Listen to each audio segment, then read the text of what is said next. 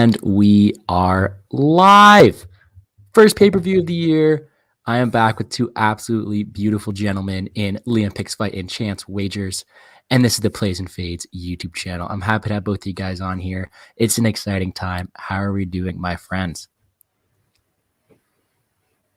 I am notably low energy today, boys. I was up late last night on my channel, went for just under 3 hours talking about this Ngannou and Gane matchup. Went through a pretty in-depth tape study there. So if you want to check that out, that's on my YouTube channel. But yeah, kept me up pretty late. And then I caught up on some tape. Then I did some more research. Then I did whatever. And then I looked around and the sun was up again. So, been working hard on this card, and hopefully it translates to some profit. But definitely got a lot of good data to work with going forward. Nay, you are an absolutely killer capper, my friend, and I love the work you're putting in. I'm sure it's going to pay off. Chance, how we doing? Dude, pretty good, man.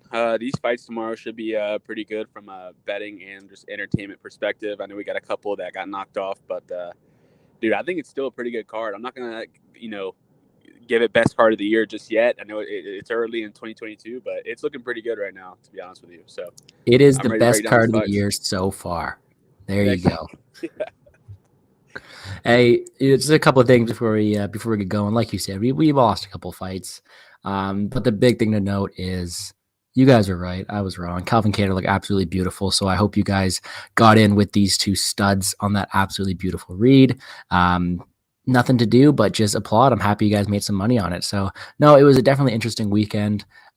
Few things didn't go my way, but I honestly enjoyed the fights. It wasn't bad. So I'm definitely more excited about this one though. First pay-per-view. Despite that, what is there? 8 fights where someone's making their debut, right? So that's a pretty interesting stat right there. And you have a couple of fights drop off. I was looking forward to that Topuria Jordan fight more than a lot of them.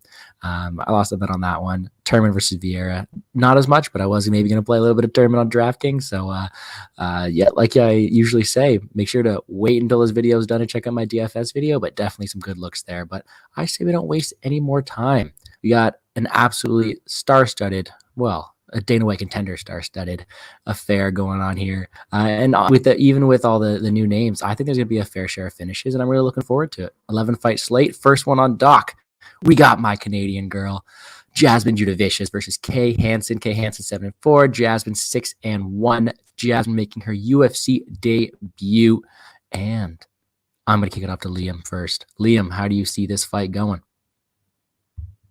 Yeah, I can make this one quick and simple, boys. This is a fight I've looked into the absolute least. I'm scrambling through my notes right now from the Dana White's Contender Series, the ones on paper, to see if I have any notes on this Jasmine girl. From what I understand in the matchup, we got a big favorite, that a lot of people that I like and respect are posting things about. She's going to win inside the distance, and she's going to roll through this girl, and she's going to submit her. So that's a lot of the narrative that I'm seeing, but otherwise, I don't really have an opinion on this fight. When people are lining up to bet on chalk in WMMA, I just run the other way because, I look back at my own stat categories. I haven't been profitable betting chalk in women's MMA, so I'm looking to be a little more selective in those spots. This is not going to be an opportunity I look to take advantage of in all likelihood.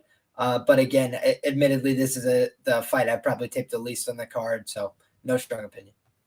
Don't blame me at all. There's a lot of decent fights on the card, and this is one where it's the first fight of the night. You never know what's going to happen. Just get my 2 cents in here before I pass it over to Chance. This is one where you have someone like Kay Hansen, who we know their skills, know their abilities, know they're pretty good, and you watch tape and you think, oh my God, out of the two, Hansen I think should roll through. But I think a big thing a lot of people are missing is that height and reach difference, that weight class difference. Kay Hansen's going up. She looked good today, but it's just so much size to give up to someone. And they're like, okay, Kay Hansen's going to roll through him on the mat. Jasmine's got some decent wrestling skills as well. You check her out in the regional scene up north here, won a couple medals. So this is one where I think it's a bit closer than people are thinking. I think I had to agree. The first time I watched tape, I said Hansen's going to destroy her, but I don't know how it's going to be up a weight class. That size, that reach for Jasmine is something I'm definitely be careful of.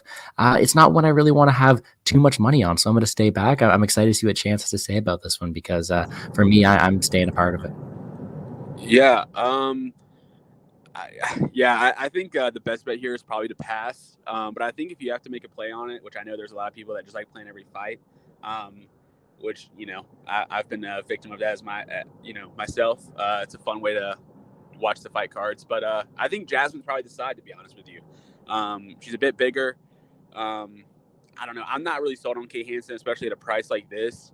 I think she does have a grappling path, of course. But like you said, Gordo, I think Jasmine's defensive wrestling and kind of ability to keep it up on the feet isn't too bad. So I don't really see Kay Hansen just rolling here. I don't know. I think it's going to be very tough for her to cover this price. So yeah, lean Jasmine, but the fight sucks as a whole. I'm not really a big fan of it. So I think betting on the bigger, woman and women's MMA is a good look long term, to be honest with you, especially against like a grappler and the smaller woman. So yeah, I lean to the Jasmine side a good bit here, but I'm not going to play it. It's there's too many good fights on this card to worry about this one.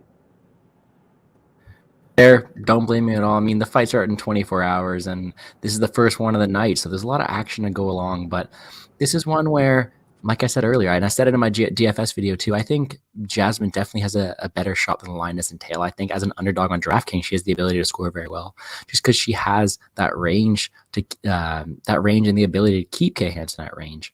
And even that grappling it's one of those things where, yes, Kay Hansen has a lot of finishes and she's looked really good in all her fights that we've been able to see. It's not one where I'm that confident where I want to go out there and bet Kay Hansen at chalk. I think it's to be a lot closer than the line doesn't tail. And if the line keeps getting wider, if people want those pay-per-view parlays and keep betting Kay Hansen, if I get a good line, I think I might need some Jasmine action on this one, maybe just to back my Canadian girl. But this is what I'm going to stay away from. No strong leads, a bit of Jasmine on DraftKings, but I'm excited to see how it goes, because if I see a line too wide, we'll see. All right, next one up is another women's MMA fight, a rebook one from what was supposed to be last week. Vanessa Demopoulos 6-4, Silvana Gomez Juarez 10-3. And I don't know if we talked about this one last week. This is one where I had a bet on it. And they actually rolled it through. I had the same odds as I got it at last time, which is something that I'm pretty happy with. This is a pretty easy fight to cap for me. I think this is, if it goes to the ground, Vanessa has a really good opportunity to get a sub here. But on the feet, it may be Silvana Gomez all day, just because we know how hittable Vanessa is. We know how easy she is to get touched. But we saw Gomez get absolutely steamrolled on the ground. I'm not saying Vanessa is like Lupi Godinez. I think she's far from Lupi in terms of the wrestling. I think Vanessa's wrestling is awful. But I think it might be just one exchange for Vanessa to lock something up. She has some pretty good skills. Chance, we'll start with you. What do you think about this one?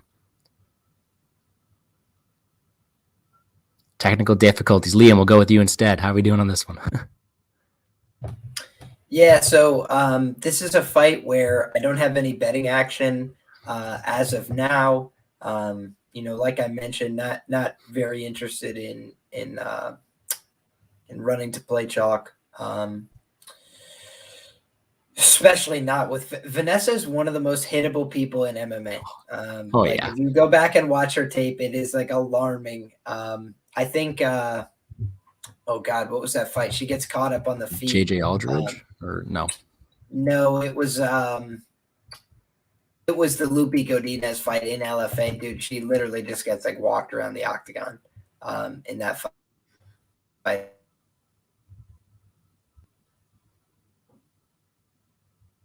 Uh-oh. This is my side?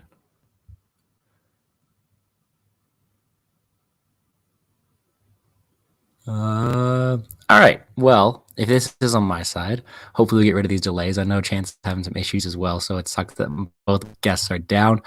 But I'll just take over my side here. I have a bet on Vanessa Demopoulos. Can you hear me right now? Yeah. What's up, Chance? How you doing? Oh, okay. Sorry. Wait. I don't want to cut you off. Can I jump in real quick? It was really bad. So Lupi has. What happened? Oh, we are missing signal. That's okay. They're both frozen. Are we back, boys? Yeah, I think we're back. Chance, go for it. Dude, I think Vanessa Demopoulos rolls here. I haven't played her yet. Kind of just waiting to see where this line goes. I'm thinking about playing ITD as well, maybe a sub line. I think Juarez is pretty bad off her back, and I think it just takes like one kind of sloppy exchange to get it to the mat. Like you said, Vanessa's wrestling is nothing like to behold, but Juarez just has a tendency to kind of fall over and just kind of get in like sloppy exchanges. Juarez will win on the feet, but like you touched on as well, Gordo, Vanessa is pretty durable. So, you know, I don't really see a KO or anything like that. I think at some point it gets to the mat, and that could be a round for Vanessa. So, yeah, I think the price on Vanessa is pretty fair. Just kind of waiting to play it, see where it goes. But yeah, I like her a good bit here, to be honest with you.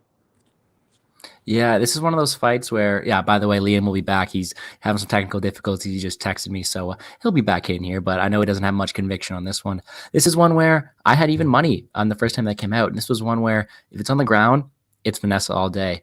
And I think the difference between her on the ground versus the difference between them on the feet is just so much bigger. I think that Vanessa absolutely rolls on the ground with that sub game. The problem is she has to get it there. Is she going to get knocked out in the feet? Is she going to get knocked out in the feet? No, probably not. But it's one of those ones where if she's going to lose the minutes, I'd rather have someone who has an opportunity to get that quick sub, that quick win, especially at even money. So I have -110 of Vanessa Demopoulos. Am I running a player at chalk? No. Am I most confident bet? No. But I think that a second it gets to the mat, it's going to be Vanessa could look like -250 here, -300, anything. But on the feet, I will be sweating a bit just because we know that Vanessa's not that good at wrestling. However, I don't see her getting finished, so I like to be a bit confident where that is. So looks like we got our guest back here. Welcome back, my friend. And that's gonna pretty much be it for me. It's gonna be Vanessa all day, and I just hope it gets to the ground. Liam, you want to add anything to that? Yeah, I would just say like I hope it gets to the ground for you guys because otherwise it's gonna be a tough one. I don't rate Vanessa very much as a wrestler. I do think that Loopy is like sneaky good at wrestling. But I don't know. I think this will be an interesting fight to see where they're both at. You know, Vanessa really hasn't panned out. But I think that this is certainly a winnable fight for both ladies. So best of luck to anybody taking action on this one. I'm not passionate about my take on this. I'll take that luck. And this is one where everyone's going to think I'm lying because I got a line of -110 that's not even open on best fight odds, but it translated from last fight. So I'm just going to stick with it and see where it goes. It's not one that I'm running to play again. I wouldn't have played it again if I had to play the -140 line, but we got it. And I'll take that luck you're wishing me because I'll probably need it. All right, next fight up. We have a Dana White Contender Series vet in Gennaro Valdez 10-0 versus Matt Frevola 8-3-1. This one's simple. These guys both aren't very good, in my opinion. You have the battle of Gennaro Valdez, a guy who I told myself I'd fade, a guy who I didn't find very good, and who absolutely scared me as a -1,300 favorite on Dana White Contender Series versus one of the worst fighters in Patrick White, versus a guy in Matt Frevola who got knocked out in 7 seconds to Terrence McKinney jab. So what do you want? The fighter who's not that good overall or the fighter with a questionable chin? I don't know. I'm taking the under, and I'm going to go with that. Chance, we'll start with you. What are your thoughts on this one? Yeah, I like Frevola here a good bit. I think the grappling edge is pretty gross. You know, I really don't like a lot of what I've seen from Valdez, to be honest with you. I think he's not bad, but that Patrick White fight is very concerning. So, yeah, I think Frevola's got him covered everywhere. Chin issues are kind of a big question mark.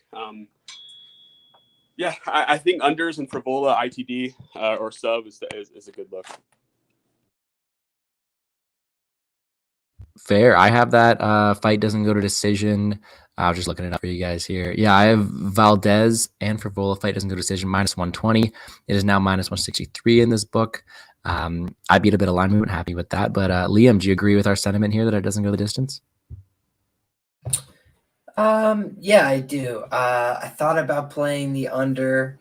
I do see that it's -125, which it's not bad, but it's also, you know, not a range I love for a lightweight fight, but I do think this has a good path to finishing on both sides. You know, I think Matt Frevola has some chin issues. You know, like he really does get rocked in virtually every fight that you watch. There are times when he could level change. Like he's shown that he can level change a million times and get the takedowns more often than not, but just keep like firing off attempts. And sometimes he just doesn't do it and fires off a couple hooks. And he's not the worst striker. Like he can actually throw some decent strikes, but he doesn't have a lot of power. And so guys are like, I'll trade with you in the pocket if it means I get to hit that chin, because then he starts flying all over the place. And, you know, he's been knocked clean out by Marco Polo Reyes. You know, that was a bad one. And I just think that there's some concerns. You know, the Terrence McKinney fight, granted, that was, I think, a southpaw matchup for him, and he kind of just got bum rushed early, never had a chance. But, I mean, it was a 1-2. The fight starts. It was a 1-2, first 1-2, and it's all over. That's not a good sign. You know, that's not something that I want to lay minus 200 on, you know, in their next fight, because we've seen it before. We just saw it again with literally no damage like accrued. Like it was the first strikes of the fight. Now he's preparing again for another fight. It's just not, it's not something I love. So yeah, I think I'm going to pass on it. All right. No worries, man. No worries. I don't blame you for passing. This is one where I'm going to take my under. I'm going to hope it goes well. I think the finish comes more on the Frivola side. I think he's the better fighter, but when you have someone with that chin issues, you never know what you're going to get. So I'm going to take my fight doesn't go to decision and go from there. From a DraftKings perspective, am I going to play a little bit of Valdez just because I'm able to maybe see a finish on either side? Probably. He's got decent value, especially if Rivola's chin is shot, but I don't think Valdez is good enough to really take advantage of it, or I don't think he is. So this is one where I'm on Frivola, but I'm not trusting his chin, so instead I'm taking the under, and I hope he steamrolls. I hope he wins. I hope Frivola goes right through, just like Chance says, but it's not one where I'm saying with full conviction. And with that, move on. We are 3 fights in. This is one where I know Chance got a lot of opinions on this one, so I'm going to keep my introduction short. Jack Della Maddalena, 10-2. Pete Rodriguez, 4-0. All I got to say is Pete Rodriguez's one chance is that counter hook in the first round. He's got a decent counter game, decent power in his shots, but he's been untested. 4-0 only in his fights, so there's still a lot to see from him. His ground game looks awful. We haven't seen him really after that first round, so that card doesn't look good either. A lot of question marks versus the guy in Jack Della Maddalena who looked great last time he fought on the Contender Series versus Andre Lusa, who is a decent fighter as well. So I think Jack rolls here. I think Chance is with me. Let's hear what you got to say, buddy. Yeah, so I played Jack pretty big here on the money line. I got it a little under minus 300. I think I got like minus 290. At the current price, I think minus 330 is okay, honestly. I think he's going to roll here. I think Pete's a fraud. I think he sucks. P-Rod. He's not good. He's been beating up cashiers. He's fought virtually nobody. I mean, I taped this fight with Liam. Like, me and him watched the tape together, and P. Rodriguez looks good, but I mean, you go and do some digging on who he's fighting, and these guys, even the guys that have like a decent record, you see a 4-2 or a 4-1. I was digging a little bit deeper. Me and Liam, we put in hours in this tape, and you dig a little bit deeper, and then it's like, oh well, those 4 wins are 0-12 combined. So he's beating up guys who aren't beating up anyone either. So. And then what we've seen from his grappling, granted it was on the amateur scene, but it looks pretty bad. So, I think if Jack decides to grapple here, he's going to look minus 1,000, to be completely honest with you. I think Jack by sub's not bad. I just think it's, we really haven't seen Jack go to that wrestling as much as I'd like to see. I think Jack is going to piece him up on the feet. I think KO1, KO2 is kind of where I'm looking, to be completely honest with you. His in and out footwork is honestly elite, to be completely honest with you. Angel Lusa, the guy he fought on Contender Series, I bet Lusa there, and Lusa looked good. Jack just looked a lot better. I mean, dude, Jack's legit. Hits hard too. People are talking about Rodriguez's power.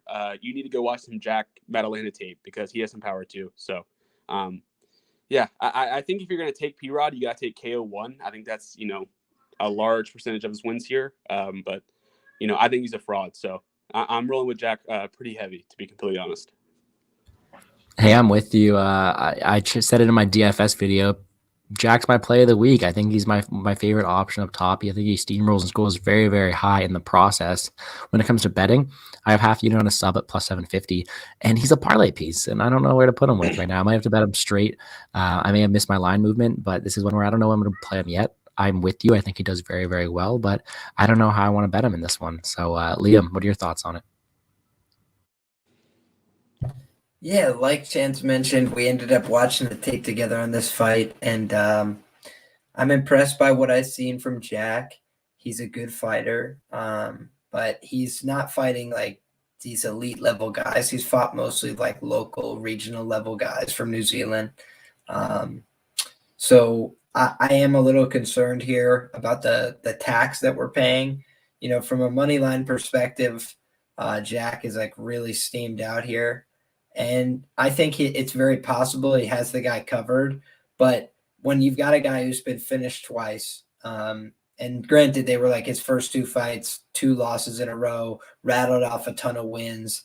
You know, if you've ever heard the stories behind it, it's actually kind of cool too. He said, like, my goal is to make it to the UFC in like X amount of fights, and like 1 fight more than he thought it was going to take. He made it there by rattling off all these wins in a row. So more power to him. He's a inspiration in that way. But I do think, you know, this is a lot of pressure. UFC debut against a guy who, you know, it's not like he just like bum rushed guys and threw shots.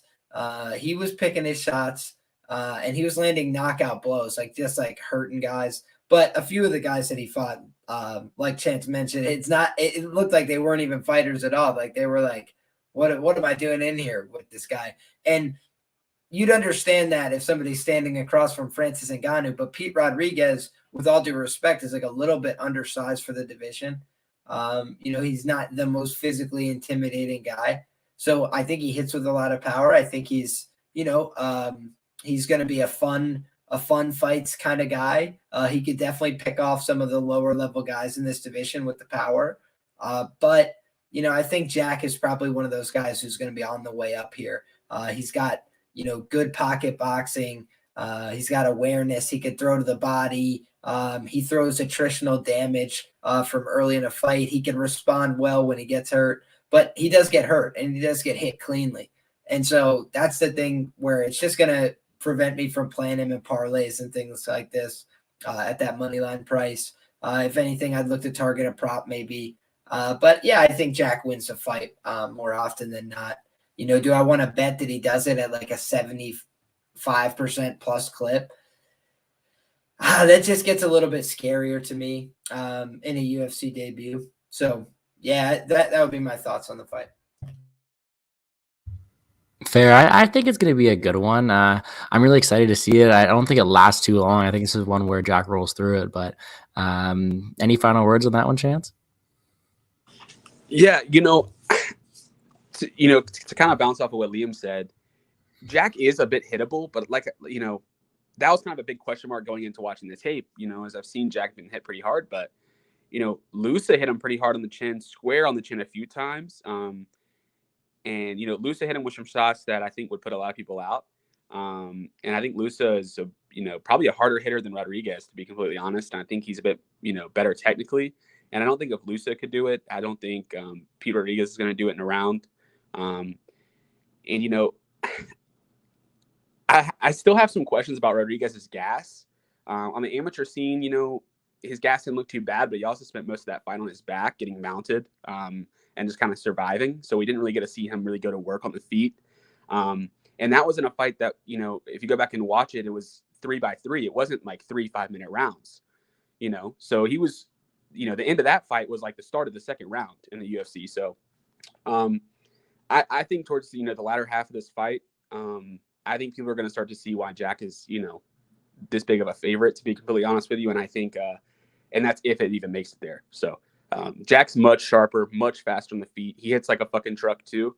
He hit Lusa with some shots that I think would put Rodriguez out pretty fast. So, and also, to touch on what Liam said too, Rodriguez is significantly undersized, and Jack Della is like he's pretty big. So yeah, I mean, I don't know. I'm not going to overthink this one. I played it pretty big, and I think he rolls here, to be honest.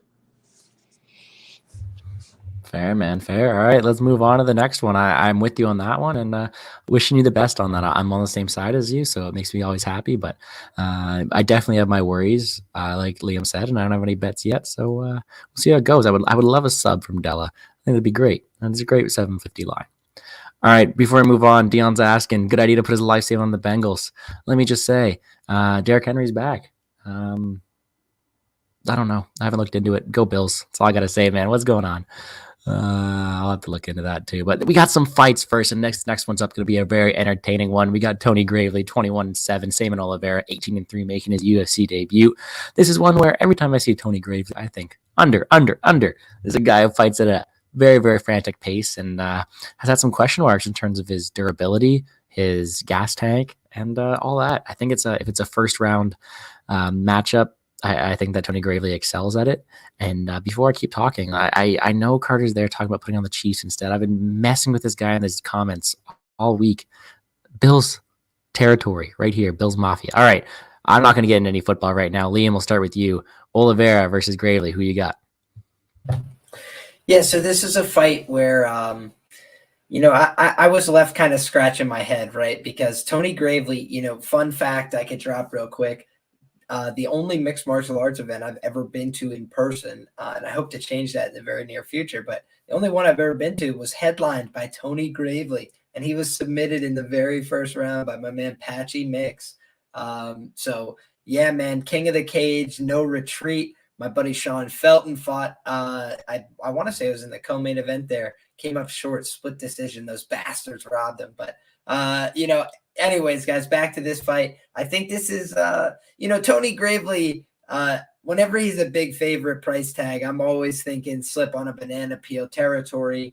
And it's just because of the nature of the way he fights, right? He does everything big. And when you do things big, it does leave openings for big counter opportunities, right? And we'll talk about that in the main event as well, because that's something that I think is important to touch on. But I think in this fight in particular, we see when he shoots a takedown, he's all the way in. He gets his head buried in there, and sometimes that gets him caught, especially against guys that really like to hunt that guillotine. And Oliveira, say what you will about the level of competition, because I think there's a lot of question marks there. He was very active. He knows exactly what he wants to do. He wants to set up a submission opportunity, and he doesn't always give up, the takedown to go get it. Like, he tries to stay on his feet, establish a good lock, and then if he has a really solid one, he pulls guard and finishes. So I do like to see that, as opposed to the guys that you see constantly go for it, pull themselves underneath, get stuck, have to push themselves out, go back, stand up, reset. That takes too much energy. So I think, broadly speaking, if this fight plays out on the feet, Gravely actually hits with some power. He throws some decent shots and he moves around. But, he just feels uncomfortable on the feet. He's very tense. And oftentimes, that Nate Maness fight, he was controlling a lot of the striking exchanges there, but he did not like getting hit to the body. It was changing his reactions to the shots. His shots were becoming more desperate from a wrestling perspective. And so, yeah, I think, if you look overall at his body of work in the UFC, it's kind of, not the best quality of wins, some questionable losses in there, barely scraped by, that Geraldo de Freitas win, the split decision, kind of was getting out grappled for portions of that fight as well. So I think there's just a lot of concerns, on the Gravely side here. Maybe he's made those mental improvements. Maybe he shores up the gap. Just a lot of finish losses, as far as I'm concerned. A lot of concerning positions he puts himself in wrestling and grappling situations. And also, now we have to have some questions about the chin, because Nate Maness really cracked him hard, and put him in the sky zone. And I think that, that's not the first time either. So we got to start asking some questions there and just see if, that's going to be a concern, excuse me, moving forward. Bless you, man. Bless you. I see what you're saying. This is one where Tony Gravely fights at such a big pace. You mentioned it. It's go big or go home for him. And we've seen him either gas out and get choked out late or put himself in some questionable positions. And him being knocked out last time, it's just that there's so many question marks around his name now. You don't know what you're going to get. Do I think he's a better fighter? Yes, he's more experienced. He has very, very good skills to back it up. And I think he can get a finish in his own right. So I now have two opportunities to get a finish, either on the Oliveira side where he catches Gravely lacking, or a guy in Gravely who has the skills to pay the bills and actually wins the fight the way he should. So I'm on the under here. I just cannot trust Gravely at such a big favorite price. Chance, what about you?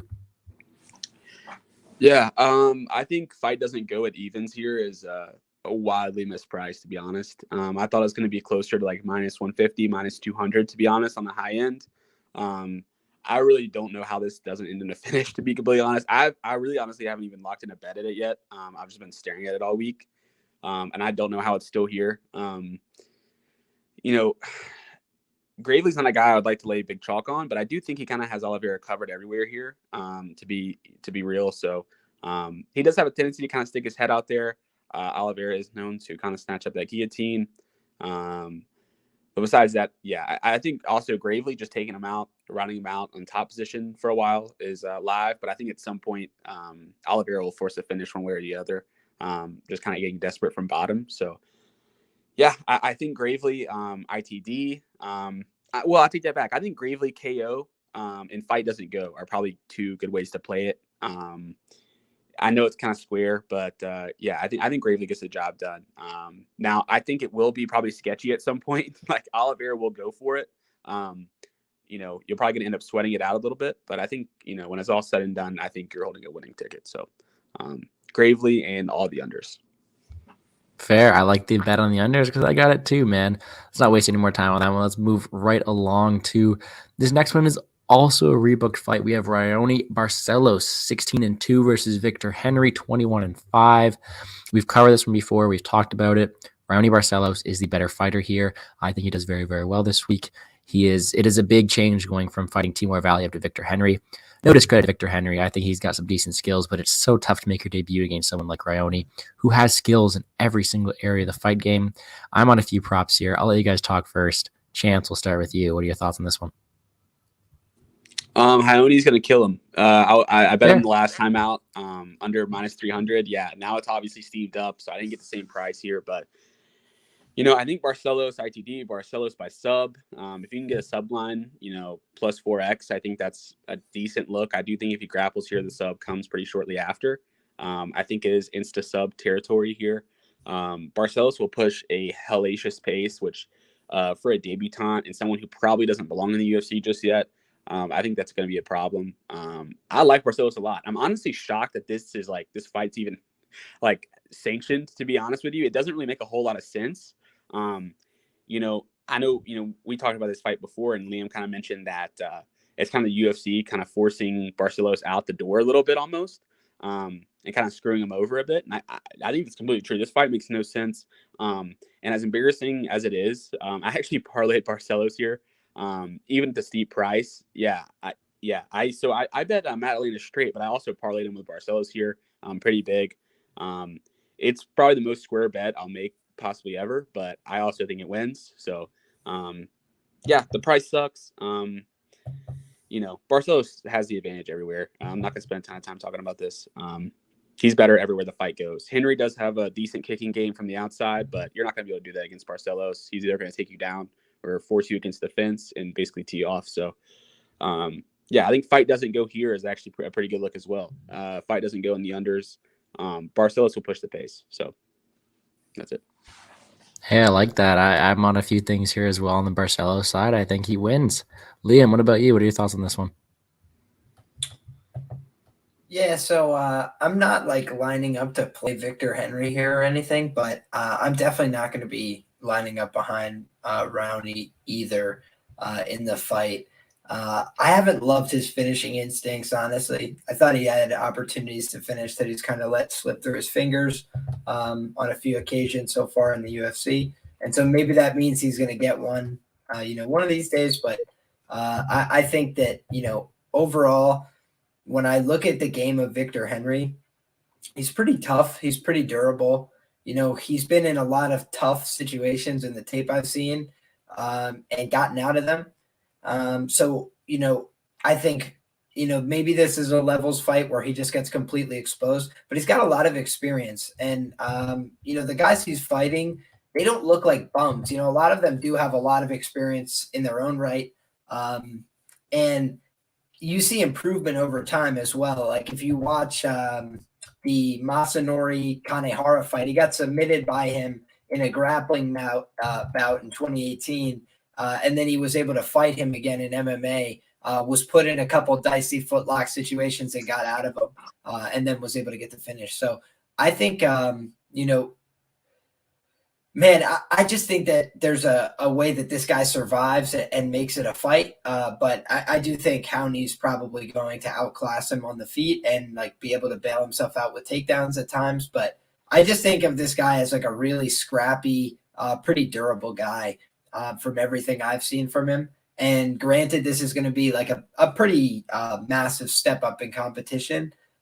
He is well experienced, pretty hard nosed fighter.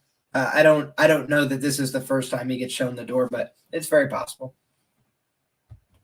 Fair. I think it's a good fight, and I'm really looking forward to it. Like I mentioned in my DFS video on the Plays and Fades channel, I like Barcelos a lot in some of my safer lineups. I know you said some stuff about Victor Henry, but I do think that Barcelos has the edge everywhere, and even though the line is wide on the betting market, it's not wide enough on DraftKings. So this is one where I'm going to probably have some of them. What am I thinking, Liam? You can get Barcelos plus 200 to win by decision as well.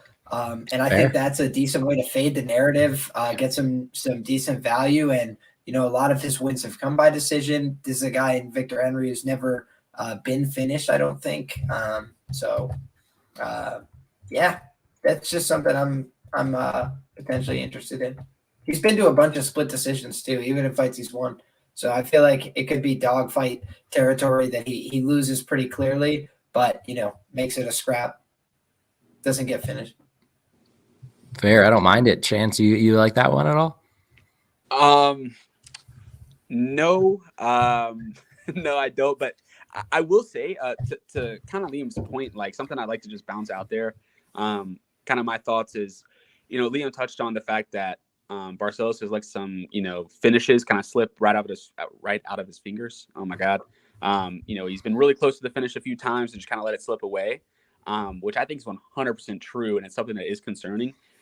However, I also think that was against guys that were much worse than Victor Henry. Granted, I've seen it not be against, guys as bad as Henry, but, I think Barcelos finds a finish here. I feel pretty confidently saying that. And, I'm not a DFS guy, but I do think Barcelos is going to score very highly. I would say he probably has the highest look on the slate, to be honest. I think he has a lot of potential, especially because, to Liam's point, Henry is durable. And maybe he is there for 3 rounds and kind of opens the door for Barcelos to land a lot of shots, get a lot of top time, as a nod to Henry's durability. So little give and take there. I think you're muted. Yeah, I was unmuted and muted myself just to say that because you know what? That's how good of a job we do here. All right, with that, we are on to the main card. Just promoted the main card, actually, Mr. Trevin Giles, 14-3 versus the UFC debutant, Michael Morales, 12-0. Fortunately, lost the Topuria Jourdain fight. I was really excited to see that one. And the Turman versus Vieira fight, which I was on the dog there, but hopefully we see that one rebooked. Anyways, Michael Morales, 12-0, undefeated, young fighter. Trevin Giles, 14-3, making his debut at 170. This is a tough one.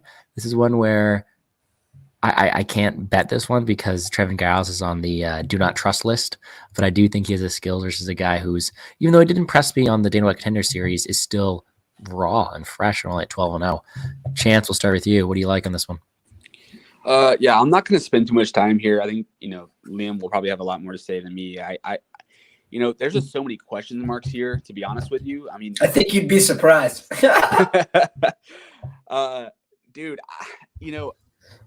I like Morales. I like the Morales kid a lot, to be honest. I do like his game a good bit from what I've seen of it, but there's just not a lot to see of it. On a Contender Series, it looked great. But past that, there's just not a ton of tape on the kid. And then on the Giles side, I'm not going to even get into it. He's just not very trustworthy. I knew I wasn't going to be playing that side right when I heard this fight was announced, for sure. And, I was hoping I'd get a dog price on Morales, but I guess the hype has just kind of, set this line in place. So I would lean to Morales. I think he gets the win here. He is just so green, and there's just so many question marks. So I'll most likely be laying off. I honestly may take a personal shot on Morales, but nothing more, nothing substantial. Fair. And the way you were hyping up. I'm really excited to hear what Liam has to say now. Liam, what are your thoughts on this? I know you got. I'll give you the time to break this one down. Oh goodness, my man. This is this isn't a fight that I have betting action on at this point. If I had to lean towards a side, I'm also on the Morales side here. Trevin Giles, granted, Dricus Duplessis, much bigger threat, but another KO loss. He's been hurt with strikes. He's been submitted. He's blown it in the third round. He's gotten finished early. It's like there's just a lot of red flags, I feel like, on Trevin Giles at this point. Now everybody's ready to back him because we're going down the division and slapping on a fresh coat of paint. And maybe it all works out here. But I think betting into, height, reach, and age disadvantages long-term is not a winning betting angle in all likelihood. And on top of that, in this fight, I get the angle of fading contender series guys, but I also think it's on a case-by-case basis. And so Trevin Giles does have good skills, but I think one of the things that gets missed the most is that skills don't always win fights. Skills are a big part of fights, but they don't always win them. Attributes are a big part of fights as well. And so I just feel like there's a lot going for him here. If he gets hurt, I'm talking about Morales, that is, who's more likely to have recoverability in this spot? I would think it's Morales. Think of the beating that Ignacio Bahamondes took from John McDessie and survived that fight. It's like these guys that are coming in young, they can take a beating as well. So I just think that there's, I just prefer the Morales side in terms of the skills that he has on paper. Yes, he could shit the bed. He's like a young man in his UFC debut. He could shit the bed in this fight. He's got a scary opponent here. But I think that if he manages this fight correctly and shows improvement fight over fight like he should be as a young fighter here, then, I'd like to see Morales get the win here in what I think is a winnable fight for him. Stands out to me plus 300, Morales inside the distance. His knockout line's at like plus 350. So play the inside the distance, fuck the knockout line, excuse my language. And then if I'm looking towards the submission prop as well, 12-1 on both sides, I think that that's at least an interesting look here. I don't know that it's going to happen, but even if he clubs him, he might look for the sub opportunity. Morales seems like that kind of guy. So at 12-1, maybe a 0.1 or a quarter unit shot there. Hey, like I said before, this is one where Giles is on my do not bet list. I think I'm going to sit back and gauge just because you have a guy making his debut in the UFC relatively untested versus someone making their debut at 170 who is tested, just not in the best way. I'm going to sit back. I'm going to watch. I'm going to enjoy. I completely get everybody taking their respective sides. If I had to choose, I'd probably say Giles for value just because we know what we're going to get when he's performing at his peak. He looks like he's taking it seriously, and he probably has a better experience edge and stuff here, but I can't trust him. And for that reason, I'm out. I'm passing. And we're just going to move on to the next one. You got someone saying hi to you. What's up, Ted? How you doing? Someone saying hi to Liam. Love some Liam action, right? All right, I hope you'll have some more about this one. We got one that I personally have not done too much research on. Cody Stamann, 19-4-1 versus Said Nurmagomedov, 12-2.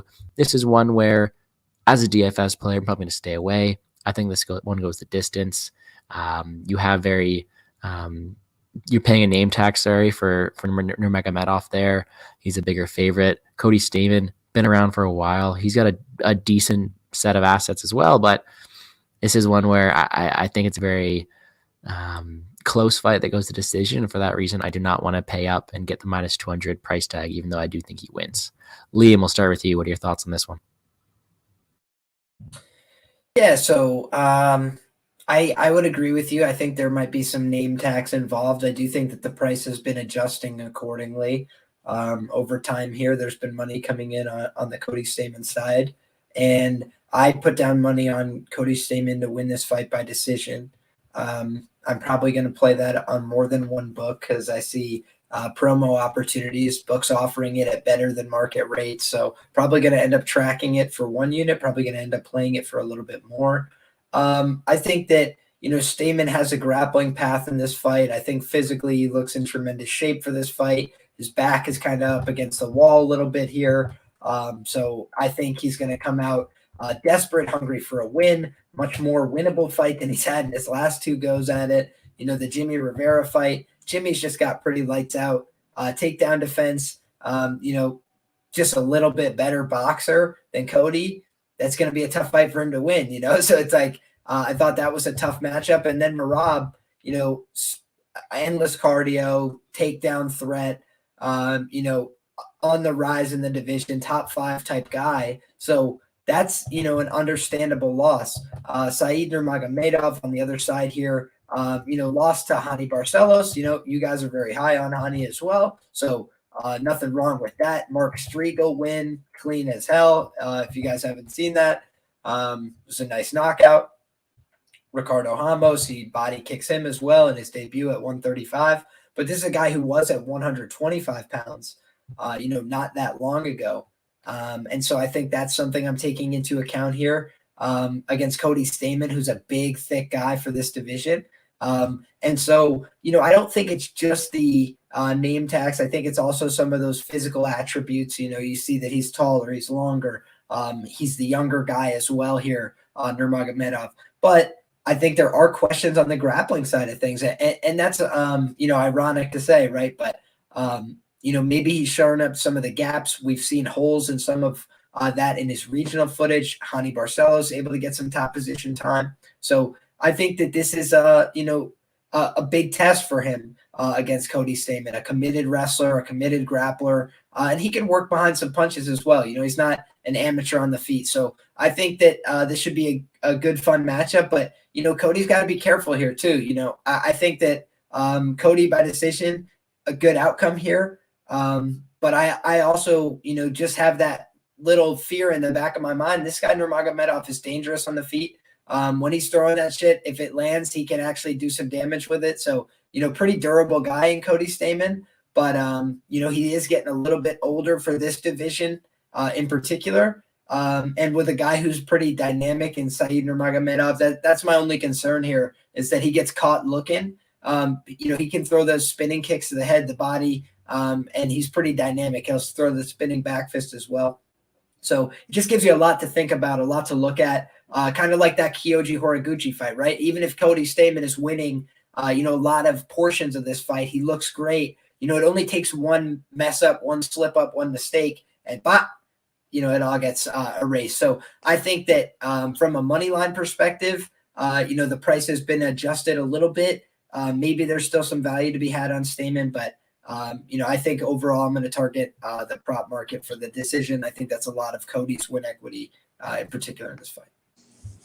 Fair. I like the breakdown. I agree with a lot of your sentiments.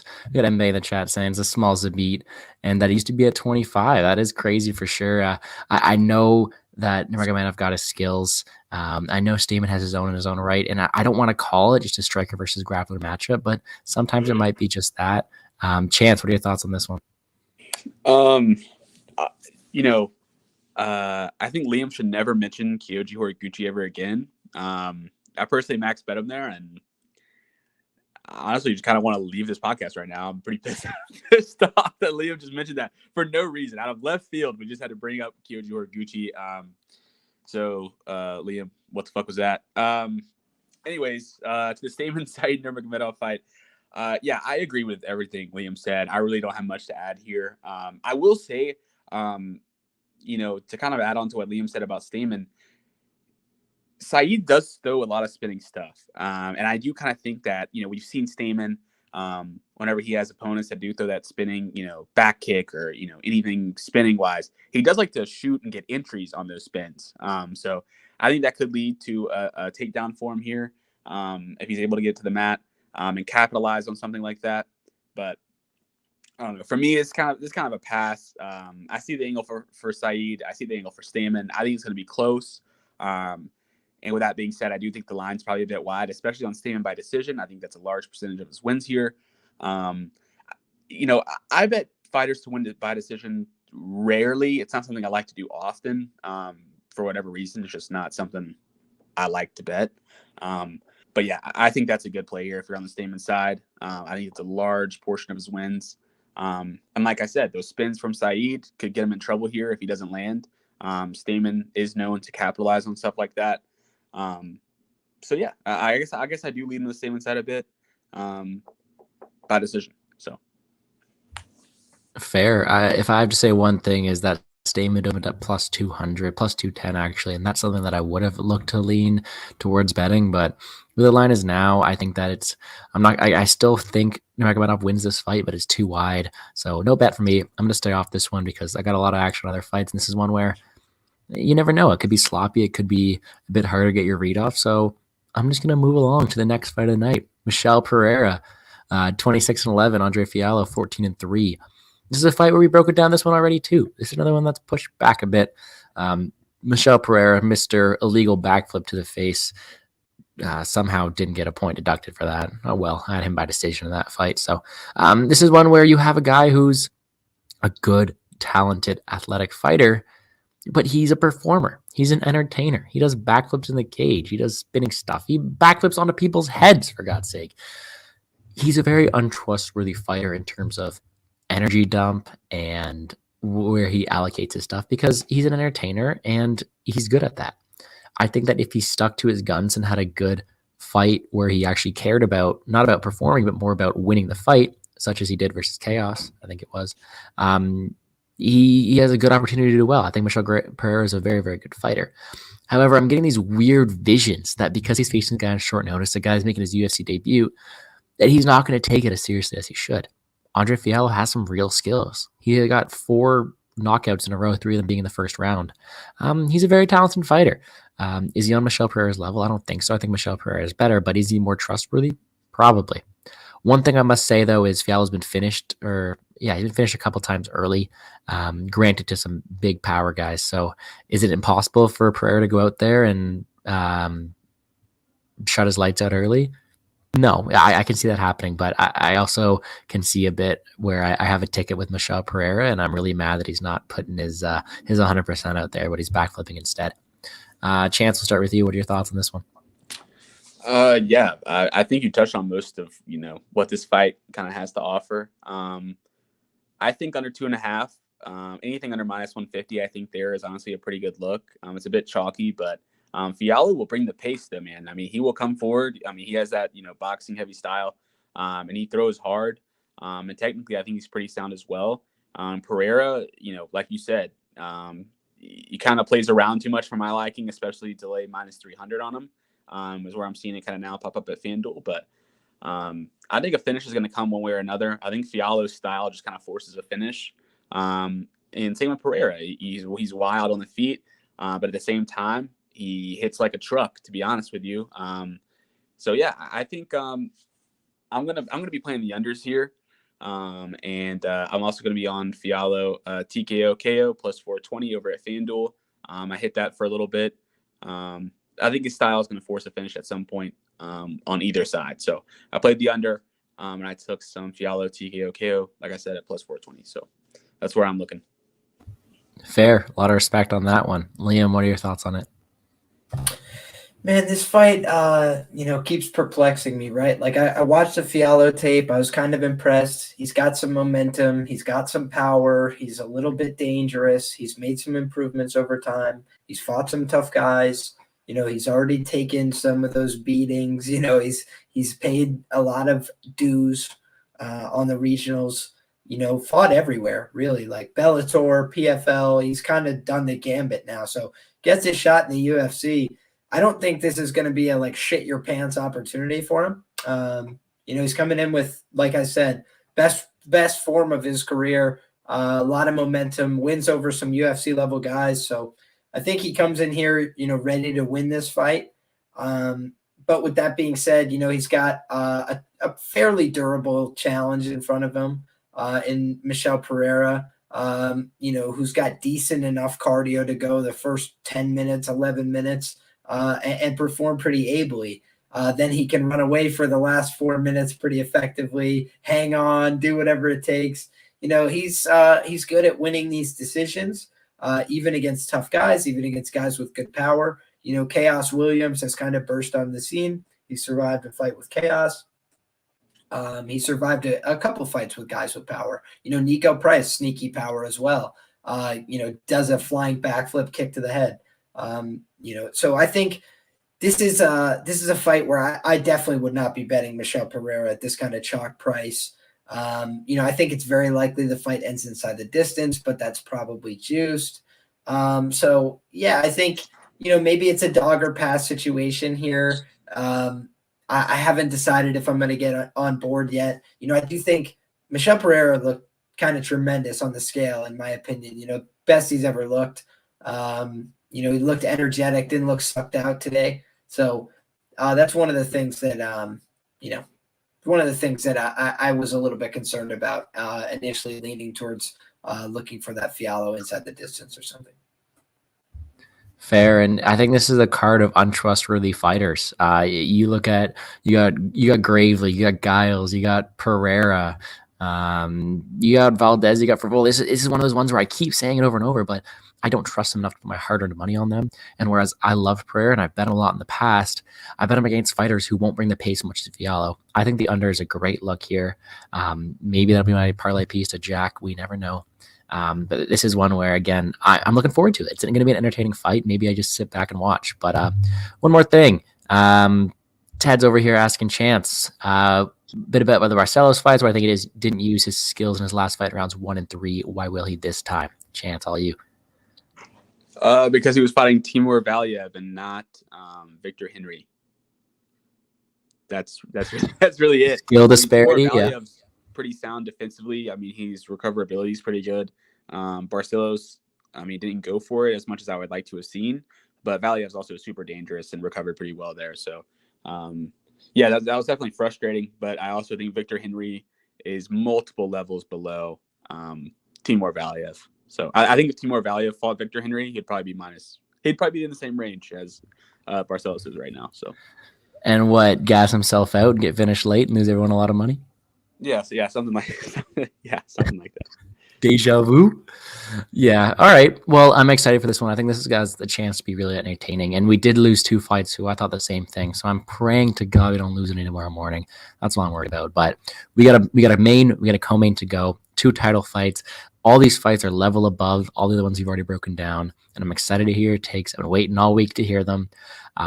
We got a 3-peat. We have a trilogy right here. We have Davison Figueiredo coming back for that belt, 22-1 versus Brandon Moreno, the nicest guy in the flyweight division, maybe the whole UFC, 19-5-2. We all know how it goes. First fight, draw, great pace, great fight, point deduction. You could say Davison won. Oh well, I don't care. It was an entertaining fight. Second fight, Davison has an awful weight cut and gets finished. Brandon Moreno's champion. The world rejoices. Okay. The problem now is I don't think Davison had that bad of a weight cut. He looks great. Second to the scale, ran in, was under. And now he's a big underdog. Medium underdog at plus 150. I don't think he should be. You could say he won that first fight. It wasn't for the point deduction. He looked good in it. You could say that the weight cut's the reason for the second fight. So why is he still an underdog? That's a question. If the fight is where it was lying the second time, where Brandon Moreno is plus 160, plus 170, I'd bet Brandon Moreno, but I don't think either guy should be plus 150 at all. And for that reason, I'm taking some Davison Figueiredo, plus 154, plus 157. I got 2 bets, 1 each. I'm excited to hear your sides on it, Liam. We'll start with you. What are your thoughts on this one? Yeah, so I don't think I'm going to be very popular on MMA Twitter this week. I feel like everybody is on Davison Figueiredo, and I get it, right? I get it. This is it reminds me of Conor McGregor, Dustin Poirier in a way, where number one, I like Figgy, by the way.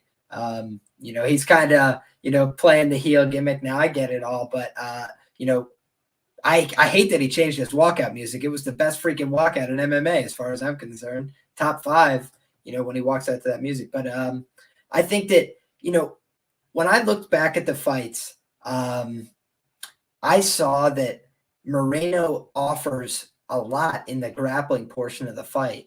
And I thought that by the second fight, he was really starting to match him on the feet as well.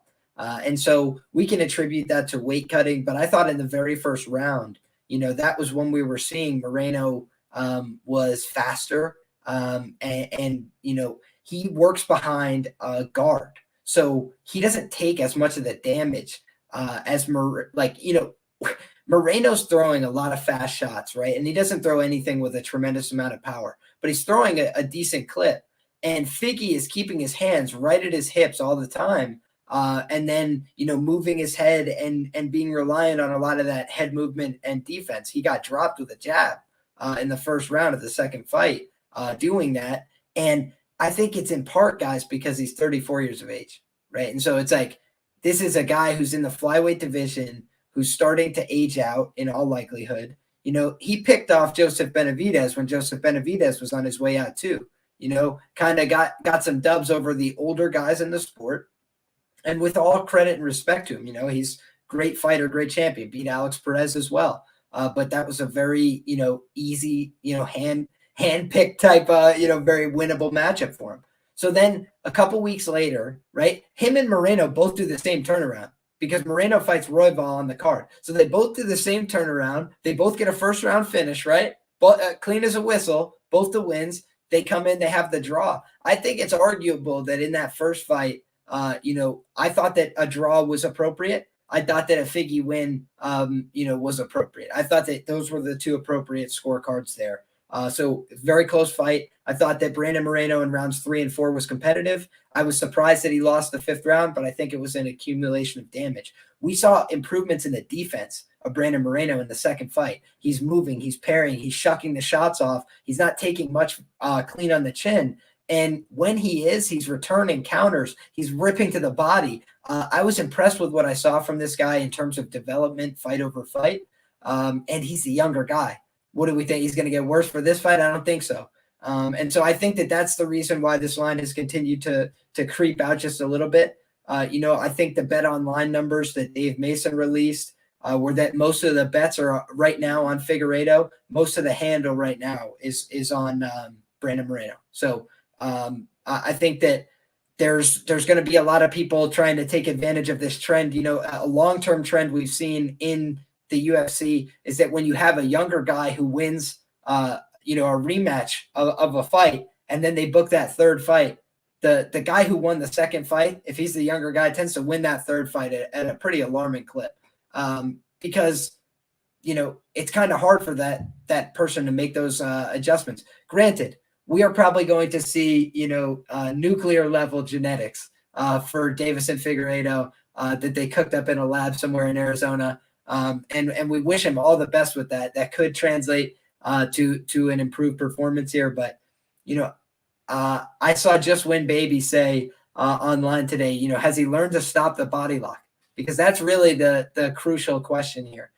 He was getting, you know, beat to the same positions over and over. And, you know, when we saw Moreno get put to his back, he had more answers. And he was able to scramble out more times, create more opportunities, keep the scrambles going. Whereas Davison eventually broke when he was put in those bad situations. Moreno, I must say, is one of the more you know, consistent back riders I've seen in a flyweight division that's incredibly scrambly. This guy will lock on that figure 4 on the bottom leg, and you're not getting out. You know, he's held on to it for multiple rounds. So I think that Brandon Moreno is going to win this fight. I don't know that he's the future of the division long term. You know, he's got some problems lurking for him as well. Pantoja, his nemesis, is out there, still lurking in the waters, but also aging out potentially himself. And then we see, you know, Askar Askarov had a draw with Brandon Moreno as well. I think there's guys knocking on the door, but I do think Brandon Moreno is going to usher out Davison Figueiredo this weekend, and I think he's going to win this fight inside the distance.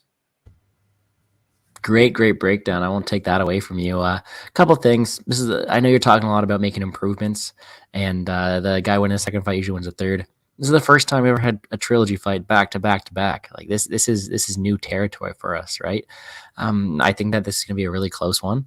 But I don't want to take too much away from my initial reads. My initial reads was Figgy was going to win the first two. And where I was wrong the second time, completely so. Luckily, I had no money on it because of the weight cut. I think he goes out there and wins again. He's making improvements. He's hungry. He's ready to get that belt back. And I'm excited to see how the fight goes. I think that it should be a much closer line. And if it was evens, I probably wouldn't bet either side. And I just sit back and enjoy. But I got plus 150. I'm going to stick with that. Chance, what are your thoughts on this co-main event? Yeah, so we've seen this fight play out twice. I'm not going to go too in depth into it. Liam pretty much touched on everything. The last fight kind of seemed like the weight cut was a bit of an issue, but by the same token, I don't want to take anything away from Moreno. He looked pretty sharp there early, and Figgy didn't take the center of the octagon, kind of like we saw him do in the first fight when he opened up with that spinning back kick and immediately kind of took the center and forced Moreno on the back foot. I've kind of like bounced this fight around like quite a bit because I'm a big Figgy guy. I actually like to call him the God of War, just to remind everyone that's what we're going to call him now. So just put that out there. So, I'm a big fan of his, but, I like Moreno's game too, man. He's very well-rounded. And I think he's, cream of the crop flyweight wise. Very impressive all around. He really doesn't have that many holes in his game whatsoever. And there are a bit more question marks on the Figgy side. The cardio is an issue. And he does like to get hit in the face a little bit, with those hands down later in the fights. We've seen him get hit in the face, too much for my liking, I'll say. With that being said, I've toyed with this fight a lot. And I really think the best angle here is fight doesn't go, to be honest. I think we see a finish either way. And I think if we don't, it's going to be a sweat the whole way, or you're going to be wondering, how is there not a finish? We saw them get hit clean so many times. And, when it comes to the grappling wise, I think both guys are very opportunistic, whether it be Figgy going for a sub or Moreno going for a sub, on the back. Both guys are super opportunistic, not Royval level, but very opportunistic. Most of them don't just ride top time. I don't think we're going to see that here. So, yeah, I think a finish comes one way or the other. I lean to the Figueiredo side, and I'll be honest, I kind of like Figgy by sub, plus 800. Moreno is very tough to put out of there. So maybe like a club and sub situation, a Joey B situation here for the God of War. What, a headbutt? Yeah, yes. Yeah. What the fuck ever. All right. So anyways, yeah. So I something like that. Yeah. So I'll lean to the Figgy side here, especially at this price. But I think a really good bet is doesn't go. Or the under 4.5. I think is at like minus 120, minus 130 range. I think those are playable. But yeah, I see the angle for both guys here. I do think the line's a bit wide. I think it should be around evens. And I do think, I hate saying this because I feel like it takes away from Moreno a bit. But I do think the weight cut had something to do with that last fight. Figgy did look just so bad. I mean, he looked awful early, especially comparatively speaking to the first fight. It just looked night and day. Like,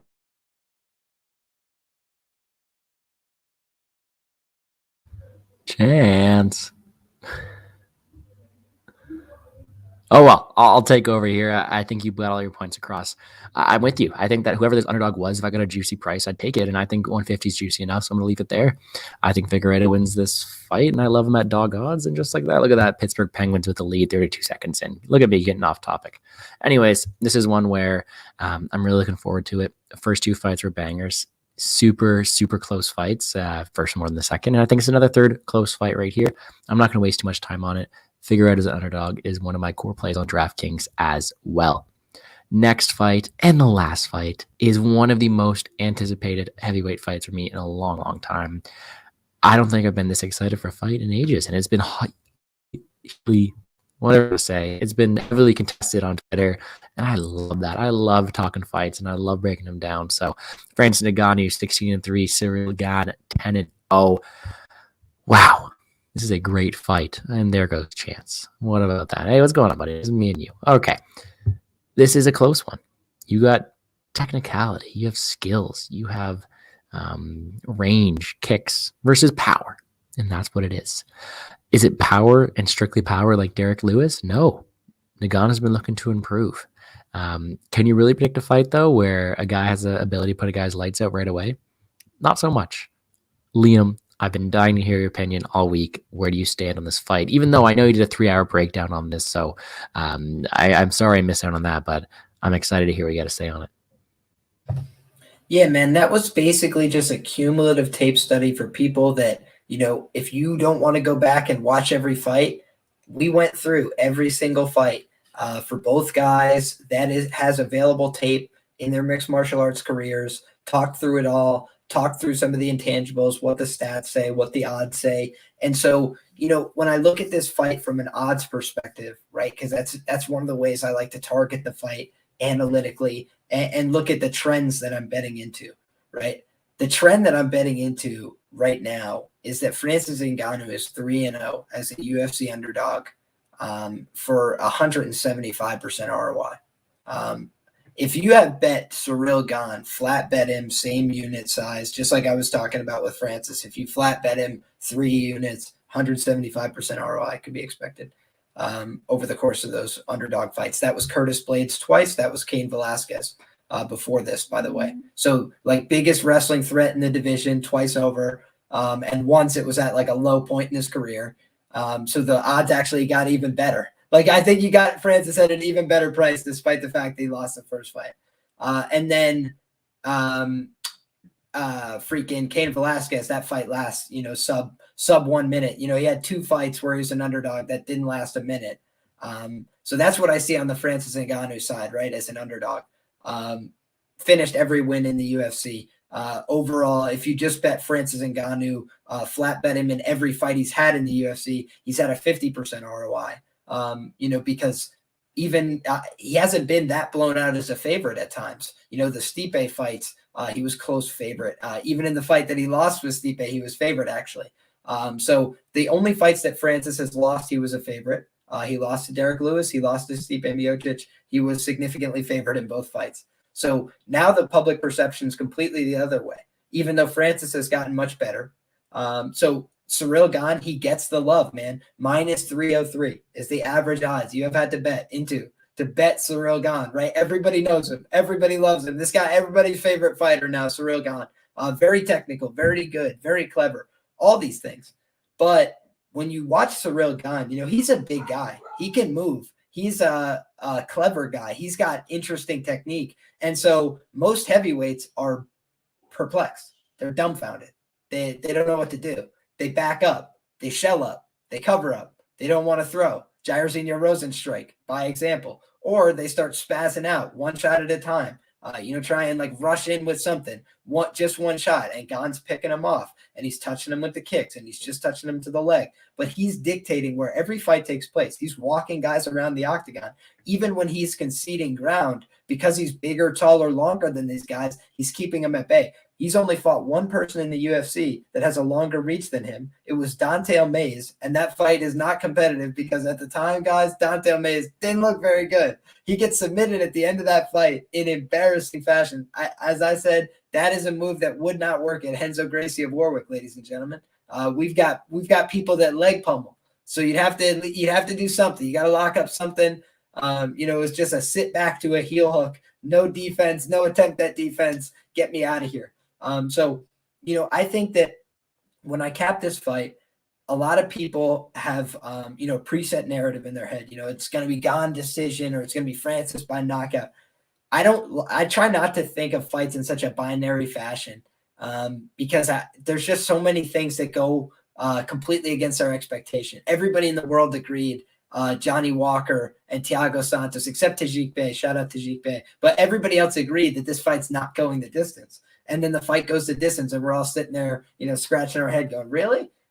So unfortunate, right? But I don't want that kind of thing to happen to me over and over again. I want to try and get smarter from it. So now I look at this matchup.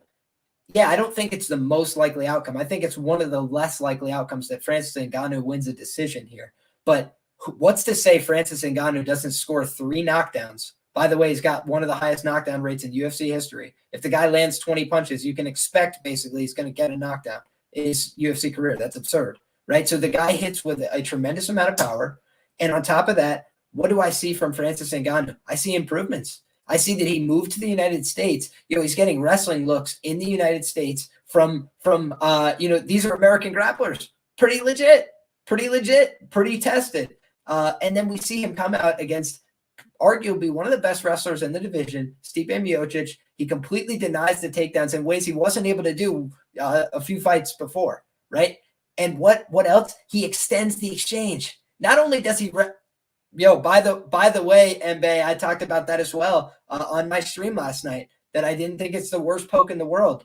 Now, that being said, I could see Ciryl Gane, getting a submission here too down the stretch. That's why I don't want to bet into narrow props if I can avoid it, right? Francis by knockout's like plus 165, okay? Francis inside the distance like plus 150. Guys, you don't have to be, a detective to figure out that it's just a better bet to play the inside the distance if it's that small of a gap, in my opinion. On top of that, right, I think that Francis Ngannou money line, it's a very small difference, right? Plus 130, it's not a massive difference from plus 150. So I'm taking Francis Ngannou on the money line here. I'm going to look and see if I can get a better number as money comes in on Gane. But right now, I'm happy with what I have. I have Francis on the money line. And, I'm going to look and see what I can do in terms of prop shopping for those early round props.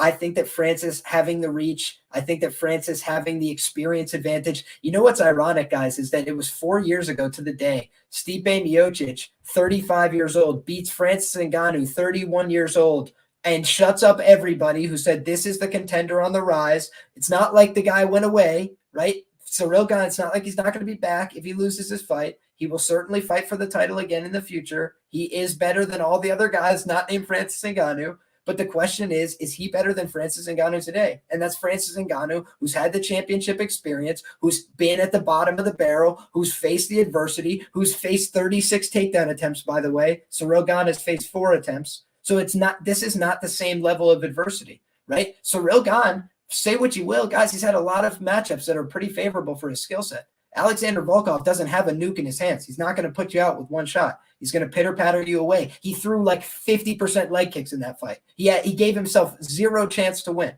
right? And I bet Gane in that fight. And against Jairzinho, I bet Gane in that fight. Jairzinho didn't give himself a chance to win. Too scared to engage, didn't want to take the risk, pitter-patter low kicks from the outside, maybe one of these winging swing little things, but not really committing to it because he didn't want to get chin checked. He would rather sit on the outside for 25, let the fight pass him by. You ever seen Francis Ngannou in a fight where he let the fight pass him by for 25 minutes? No. Even in the Stipe fight that he lost, he came out guns blazing and he tried to get him out of there. And with that like carcass of a man, for 21 minutes, he still stayed in the fight. He still got back up to his feet. He still swung as best he could.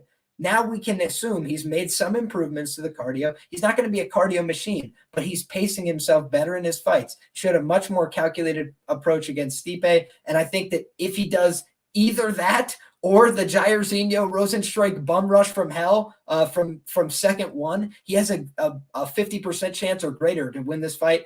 I'm not going to bet against the knockout king, the real knockout king, as far as I'm concerned, who just doesn't have, this downside as an underdog. He hasn't lost as an underdog in the UFC. He's 35. This isn't flyweight. This isn't featherweight. This is, UFC heavyweight, where the average age in the division is like right around where Francis is at, where the guys who were winning the title before him are 35, 36, 37. So I don't want to hear that a 35-year-old is done in the sport. It's possible that Gane gets him. It's possible that Gane is the guy who's ready to go from, like 10 MMA bouts to a world champion. But, I think that's asking for a lot, and to pay the chalk to expect it.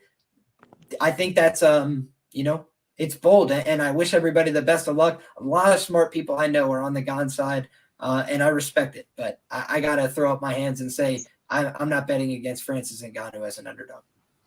Hey, you guys know what my number 1 rule is. Don't bet against Derek Lewis. Francis Ngannou is one of the closest things to Derek Lewis in terms of power. I think that Francis Ngannou has a lot of more skills that Derek Lewis doesn't have. And everyone's saying, well, if Derek Lewis couldn't do it to Gane, how can Francis? Francis will have a completely different game plan, and I'm ready to see it. The only thing that goes against Francis here is the bigger cage. Does that mean he can, what you said, bum rush from hell against Rosenstrike? He can still do that. I think it's going to be a very, very entertaining fight. What is this? One of Gane's first fight in front of the crowd, too. Nerves? Who knows? Did Gane get knocked out in sparring? Who knows? This is one where I don't care if he got knocked out in sparring. I want to see him knocked out here. I have a bet on Ngannou as well. Chance, your turn. What are your thoughts on this one? Wow. Yeah, that was a great breakdown by Liam. I agree with everything he said. Why is Gane the favorite? Why? It makes no sense. Honestly, it makes zero sense. And Ngannou should probably be minus 150 here, minus 200. To be completely, to be honest, just to be real. He hits like a truck. He's not going to sit on the outside like Liam said for 25 minutes and let the fight pass him by. Go ahead. Oh no, what's the thing? He hits like a full sledgehammer overhead. How many times have I seen that literally, clip? like sports science did that shit. Yeah. Yeah. Like actually hits like a truck. Yeah. So, he hits like a legitimate sledgehammer, swung overhead. And I don't think Gane's faced anyone like that. The Derek Lewis fight's interesting, to be honest with you. The Gane Lewis fight, in the sense that, people are kind of pointing to that fight a bit here. And I think what people are failing to realize is, Ngannou is not, to Liam's point, I'm basically just repeating what Liam said. He's not going to let the fight pass him by. Lewis is fine, kind of shelling up against the fence and throwing one strike around. I don't know if y'all remember, but whenever we did the podcast for that, I literally said, at the end of this fight, Derek Lewis may seriously have one strike landed. And it was pretty fucking close. It was like 4 or 5. Like, I wasn't completely off by saying that. And, that's not the same here. He hasn't fought Ngannou. And now I know you could say, well, of course not. Like, Ngannou's one of one. But, like, he hasn't fought anyone that really pushes the pace like Ngannou does early. Volkov doesn't do that. Jairzinho doesn't do that. Derek Lewis doesn't do that. JDS at this stage is honestly not a great win. And, hence why I bet on Gane in every fight in the UFC up until this point. So, yeah, I hit Ngannou at plus 135. Congrats on your 33% ROI, Chance. Thank you. Dude, I will take it and run, man. I will take it and run. I'm cashing out right now. And yeah, so I placed a pretty big bet on Ngannou here, to be honest. I think this is kind of similar to the Cater fight. It's kind of, what have you done for me lately? And, while Ngannou is not losing, right? But Gane is just like the new hot prospect, kind of similar to Giga in that regard. And everybody's kind of looking to get on board.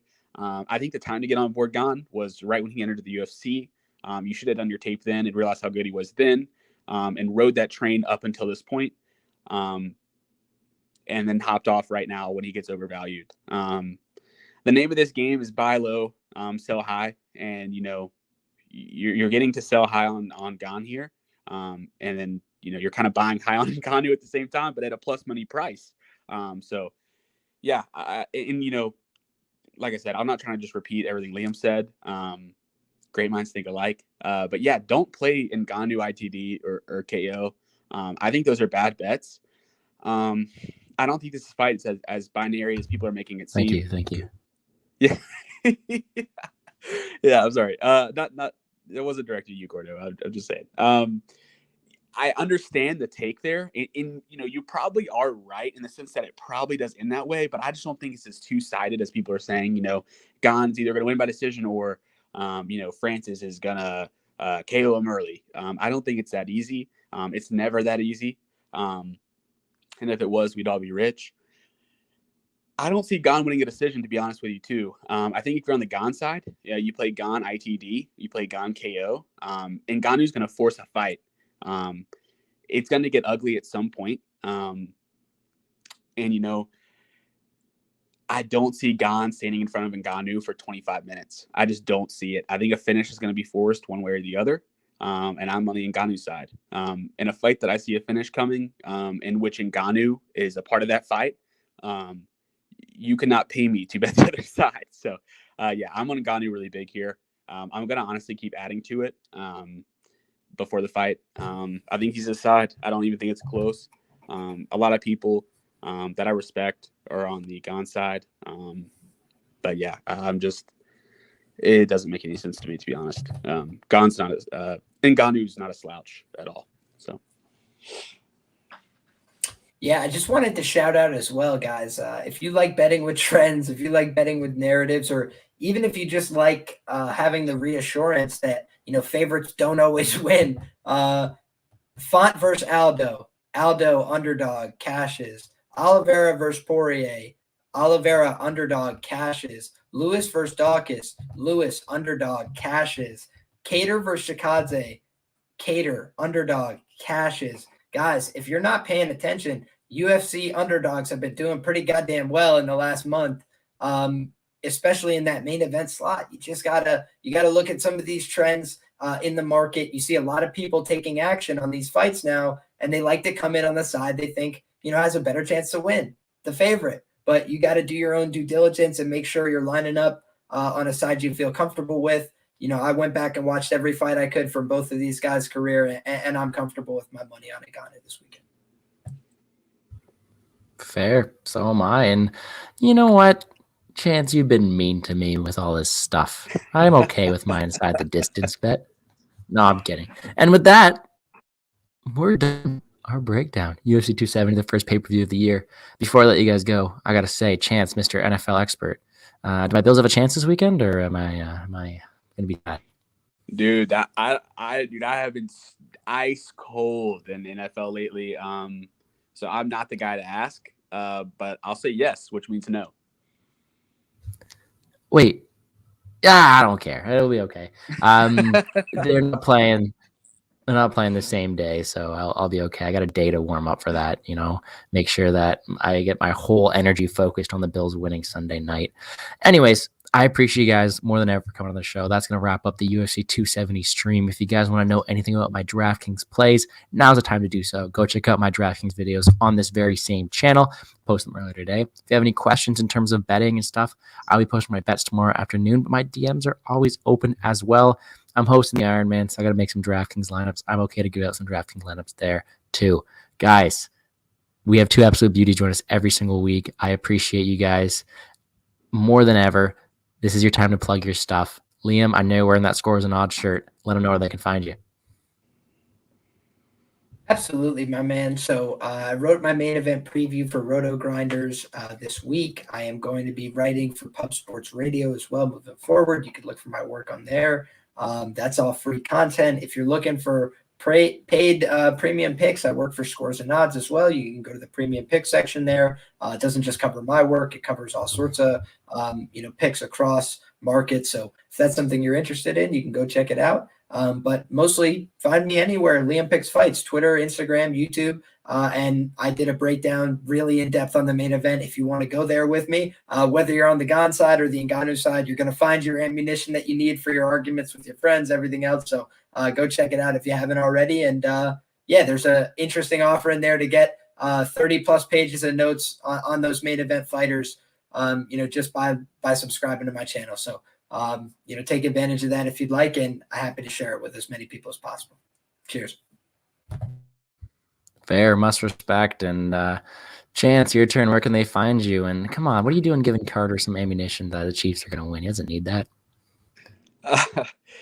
So we did this thing last week where I said if you subscribed and you commented and shot me a DM with the proof, if Cater lost, which we know he didn't, I'd give you the rest of my bets for the year for free. I'm gonna do a similar thing this week. Let's do it again. Let's run it back. This week, if you just subscribe to Gordo and Liam's channel, all right, let's show Liam some love. If you just subscribe to both those guys, shoot me a DM with the proof. And if Ngannou loses, I'll give you the rest of my bets for the year for free. I personally max bet Ngannou. So I think he's decided this weekend. We'll do it again, run it back. Just drop both those guys a sub on YouTube. I'm on Twitter at ChanceWagers. That's pretty much it. Awesome. I appreciate that as always, my friend. That's going to do it. Under an hour and a half, a pay-per-view, a great stream. Love your guys' opinions, and I hope you guys get absolutely filthy rich this weekend. Thanks, guys, for coming in. Thank you to everybody for tuning in. Go check out that DFS video. Go check out these two beauties on Twitter and Liam's YouTube account, and we'll see you guys later. Let's make some money, guys. Peace.